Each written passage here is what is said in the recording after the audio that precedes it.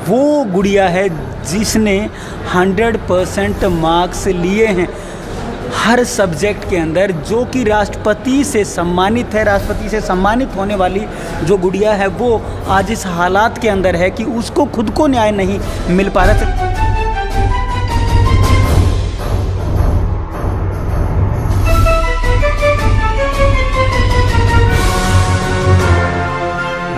मैं न्याय के लिए 6 दिन से दिन रात धरने पे बैठी हूँ और मुझे न्याय नहीं मिला, और मुझे बल्कि यहाँ टॉर्चर किया जा रहा है कि डीसी साहब ने मुझे कहा था कि तुम। क्या बोला डीसी साहब? डीसी साहब से मैं मिली, शुक्रवार को मिली थी, तब डीसी साहब ने कहा था कि सर आवास के लिए, जब आवास के बोले कि उनका तो महिला आयोग का तो दिमाग ख़राब है, जो कुछ भी बोल देते हैं। हमारे पास कोई फंड नहीं है, हमारे पास कोई पैसा नहीं है, हमारे पास कोई घर नहीं है, तो हम सर कहाँ जाएँ, कहाँ रहें। जब उन्होंने कहा कि तुम कहीं भी जाओ, डिस्ट्रिक्ट छोड़ के कहीं भी रह लो किराए के मकान पर। हमने कहा सर किराए के मकान पे मेरे पापा की तो जॉब छूट गई, किराए कहाँ से देंगे। तो उन्होंने कहा कि मजदूरी कर लेना। मैं एमएससी में पढ़ती हूँ, मैं मजदूरी करूँगी क्या सर? ये अपराधियों से तो परिवार बच गया, लेकिन हाँ लगता है प्रशासन उसमें मारने की कोशिश कर रहा है। नमस्कार, आप देख रहे हैं स्टेट न्यूज़ हरियाणा और मैं हूं अमित अमन। एक बार फिर से आज रेवाड़ी में ही मौजूद हैं और रेवाड़ी का वही डीसी ऑफिस और उसके सामने बैठे हुए धरने पर ये लोग, इनके साथ में आज जो इनकी तख्तियां हैं वो भी मौजूद हैं। हमें हमारा आवाज़ दो, हमें हमारा लाइसेंस दो और इधर हमें न्याय दो। आपको बता दूं कि ये वही परिवार है जिसके साथ में आज से लगभग 4 साल पहले एक घटना घटी थी।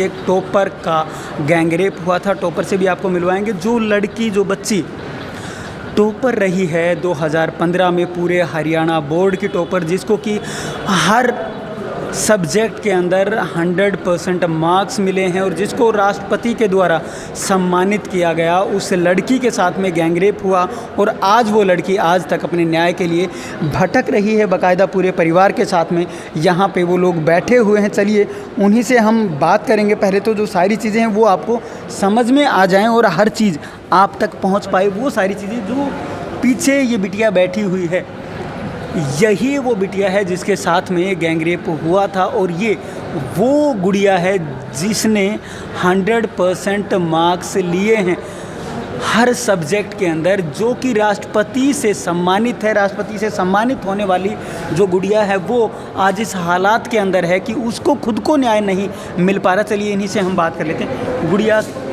क्या हो रहा है आपके साथ? मेरे साथ न्याय हो रहा है। मैं 2015 में की टॉपर हूँ, हरियाणा टॉपर हूँ। 2015 में आप हरियाणा की टॉपर रही हैं। आपको राष्ट्रपति से सम्मानित किया गया था। हाँ। फिर उसके बाद में अब आपके साथ मुझे पता है कि कैसी घटना घटी है, मैं उसको याद दिलाना नहीं चाहता, लेकिन उसके बाद की अगर मैं बात करूं तो न्याय का जो पूरा प्रकरण है वो कैसे चल रहा है?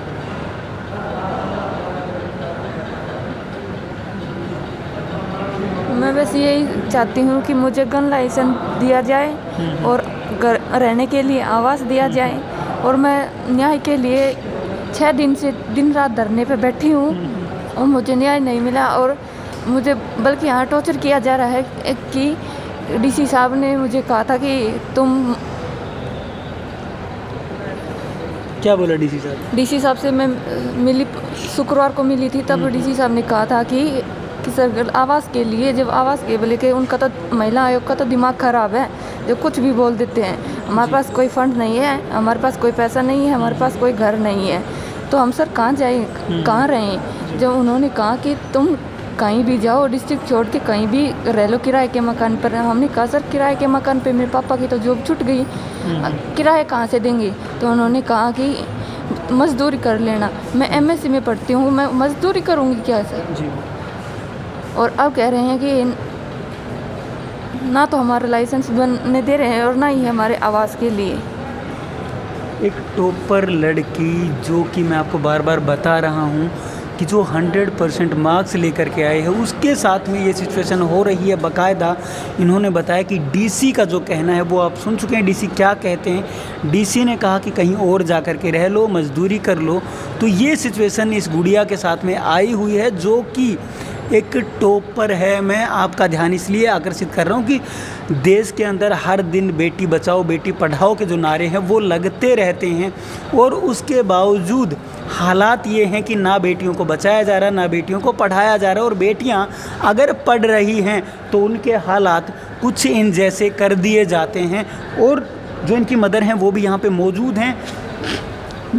अब आज का जो यहाँ का माहौल है वो कैसा है, वो इसलिए मैं आपको दिखाना चाहता हूँ क्योंकि जो न्यूज़पेपर्स हैं उनके अंदर भी आ चुका है। डीसी बाकायदा डीसी की तरफ से जो बयान हैं वो उसके अंदर मौजूद हैं, और वो कह चुके हैं कि हम पहले ही उनको जो आवास वगैरह हैं वो ऑफ़र कर चुके हैं, उनको आवास दे चुके हैं पहले से ही। तो अगर इनको आवास मिल चुके हैं तो आज भी ये धरने पर क्यों बैठे हुए हैं, ये सबसे बड़ा सवाल है। चलिए उनसे हम बात कर लेते हैं, जो इनकी माताजी हैं उनसे हम बात करने की कोशिश करेंगे। क्या आपको मकान या आवास है वो मिल चुका है? किसने कहा मकान मिल गया?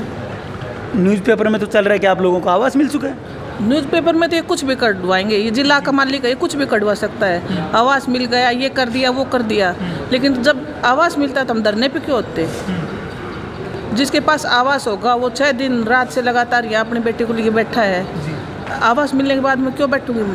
मैंने कहा कि मुझे गन लाइसेंस और मेरा आवास जो आयोग ने लेटर भेज रखा है उसके बावजूद भी नहीं हो गया। हाँ, एक मकान दिखाया था तो वो ऐसा था कि मान लो कि अपराधियों से तो परिवार बच गया, लेकिन हाँ लगता है प्रशासन उसमें मारने की कोशिश कर रहा है। मैंने कहा कि सर ये क्या है, तो बोले इसे ठीक करवा देंगे। तो कुछ लोग थे उधर जो वो बोल रहे कि ये ठीक नहीं होगा, ये गिरने वाला ही है। उन्होंने भी ये बात इनके सामने बताया था और बोल रहे हैं कि हम उसमें आपको 5-4 दिन तक 2-4 दिन का टाइम देंगे, इतने दिन रहने के लिए, वो इतना ही टाइम है उसमें।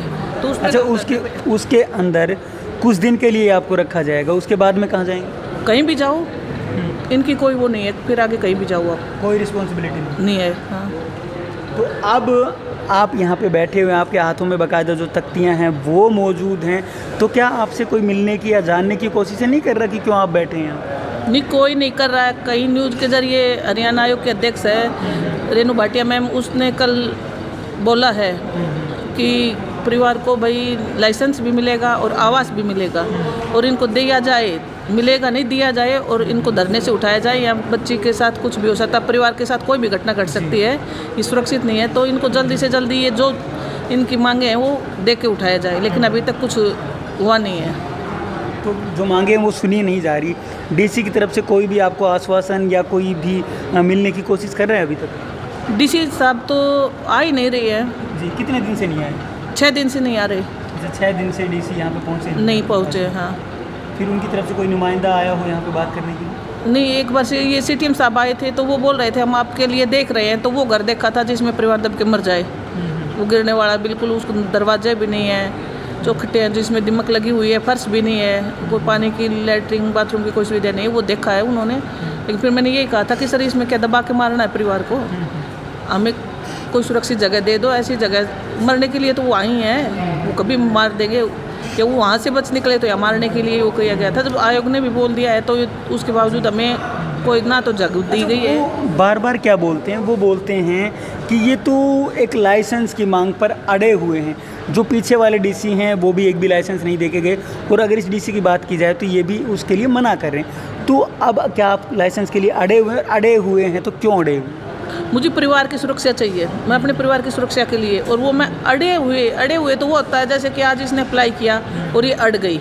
मैं 4.5 साल से चक्कर लगा रही हूँ, रिक्वेस्ट कर रही हूँ, अड़ नहीं रही, और इसमें भी अड़ना है तो फिर तो ये लगता है मुझे ज़िंदगी भरी हुई तारीख पे तारीख लेनी पड़ेगी। अड़ना तो वो है कि इसने आज ही अप्लाई किया था, ये अड़ के बैठ गई। 4.5 साल का टाइम थोड़ा होता है क्या?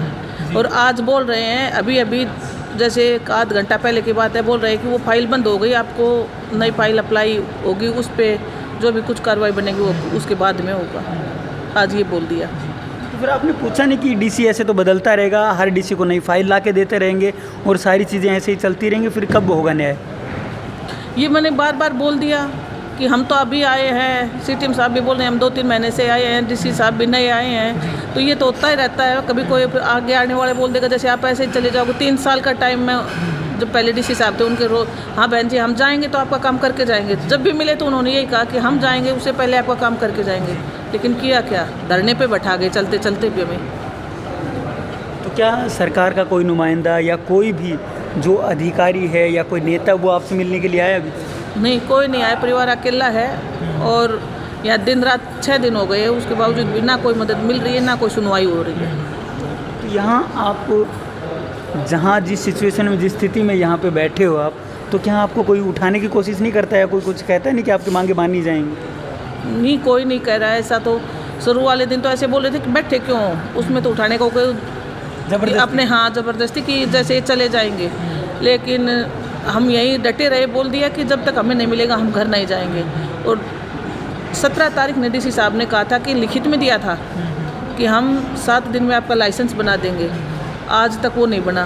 वो तारीख कंप्लीट हो चुकी है? वो कंप्लीट हो चुकी है, ना आवास का हुआ है ना वो हुआ है। अब कब तक धरना करेंगे, हम भूख हड़ताल करेंगे।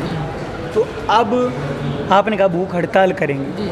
तो भूख हड़ताल कब से शुरू कर रहे हैं और कब तक यहाँ पे आप बैठे रहेंगे? हम देखते हैं आजकल में जैसे डीसी साहब आता है, या तो हमारा करो, या चाहे तो हम यहीं भूख से तड़प के मर जाएं, हम जाएंगे नहीं। या तो हमारा जो मांगे हैं वो मान ली जाए, या फिर हमें मार दिया जाए। ये मारेंगे और तो क्या करेंगे, जब नहीं मानेंगे तो मारेंगे परिवार को। परिवार के जो हालात हैं वो आप समझ ही सकते हैं, मैं आपको बार बार बता रहा हूँ। आप आगे आएँ थोड़ा सा, आप बताएं कितने दिन से आप लोग धरने बैठे हो? 6 दिन से दिन और रात। 6 दिन से दिन और रात बैठे हुए हैं। तो क्या किन्हीं अधिकारियों से या किसी से बात हो रही है? कुछ नहीं, एक बार हुई थी बस सीटीएम साहब से। तो वैसे एक मकान दिखाया था, इसमें रह लो, उसमें नहीं छत है, नीचा वो 3.5 फुट नीचा, नहीं लैट्रिन बाथरूम की सुविधा, कुछ नहीं है। अब क्या कहते हैं? अब कुछ नहीं करते, आते हैं सीटीएम साहब चले जाते हैं देख के, और डीसी साहब 6 दिन से नहीं आ रही। कोई आश्वासन नहीं दिया नहीं, कोई आश्वासन नहीं दिया है। आश्वासन यही दिया है कि जिला छोड़ दो, आप ये जिला छोड़ दो, कहीं बाहर चले जाओ और वहाँ जाके अपनी मजदूरी करो और किराए पे रहो। डीसी साहब का तो यही कहना है बस।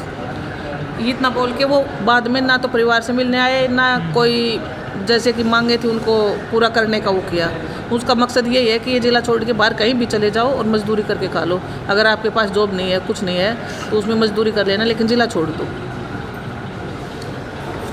पिछले 6 दिन से लगातार ये परिवार यहाँ धरने के ऊपर बैठा है। मांगे हैं तो एक आवास की मांग है, उसके साथ में एक लाइसेंस की मांग है, और इधर जो गुड़िया बैठी है हाथ में हमें न्याय दो का एक जो तख्ती है वो लेकर के बैठी हुई है। तो ये चाहते क्या हैं आखिर? इनके साथ में एक घटना घटी थी 2018 के आसपास, और वो घटना थी कि एक टॉपर के साथ में गैंग रेप हुआ था, और उसके बाद में अभी भी जो केस है वो लगातार चल ही रहा है। लेकिन इनको जो इनकी सुरक्षा का डर है वो भी सता रहा है, और उसके साथ साथ अगर बात करें तो इनको आवाज़ की भी दिक्कतें इसलिए आई हुई हैं क्योंकि वहाँ पे रहने में इनको दिक्कतें बताई जा रही कि बार बार वहाँ पे कोई ना कोई धमकी देने के लिए आ जाता है, तो इनको आवाज़ की जो व्यवस्था है वो भी कहीं बाहर करवा दी जाए। लेकिन अब पिछले 6 दिनों से ये यहाँ पे डीसी ऑफिस के सामने धरने पर बैठे हुए हैं, लेकिन सुनवाई अब भी नहीं हो रही है। अखबारों के ज़रिए पता चलता है कि अखबारों के अंदर लिखा जाता है कि इनको जो आवाज़ की व्यवस्था है वो करवा दी गई है, लेकिन जब पता लगता है, इनसे बात करते हैं यहाँ आने के बाद में, तो पता लगता है कि आवाज़ कैसे दिए गए हैं। या तो वो गिरने वाला आवाज़ होता है या फिर पूरा बारिश के अंदर या पानी के अंदर टपक रहा होता है, ऐसा आवाज़ इनको दिया जा रहा है। तो वहाँ पे कितने दिन तक ये रह पाएंगे, और वो भी अस्थायी तौर पर कि कहीं अगर कोई बदल जाए या डीसी वगैरह बदल जाए तो उसके साथ इनका आवाज़ भी बदलना पड़ेगा। उसका भी कोई स्थायी पैमाना या स्थायी प्रमाण नहीं है कि कितने दिन तक इनको वहाँ पे रहना है। तो सुरक्षा की गारंटी आखिर कौन लेगा? और जिस देश के अंदर बेटी बचाओ बेटी पढ़ाओ के नारे हमेशा दिए जाते रहे हों, और उसी देश के अंदर सरकारें न्याय ना कर पाएँ, कोर्ट न्याय ना कर पाएँ, और उच्च अधिकारी जो बैठे हुए हैं वो न्याय ना कर पाएँ, तो ये एक विडंबना ही कही जा सकती है। इससे बढ़कर या इससे कमतर कुछ भी ये चीज़ें नहीं हैं। लेकिन मैं लास्टली एक बात यही बोलना चाहता हूँ कि इस देश की वो टॉप पर जो राष्ट्रपति से सम्मानित हो, और उसके बाद में उसके साथ इतनी बड़ी घटना हो जाना, और उसके बाद इतनी बड़ी अनदेखी होना कि सरकारों को भी समझ में ना आए, और आखिरकार ये कहना पड़े कि कानून सच में ही अंधा है, तो वही सिचुएशन अब यहाँ पे भी खड़ी हो गई है। नमस्कार, धन्यवाद, जय हिंद, जय भारत।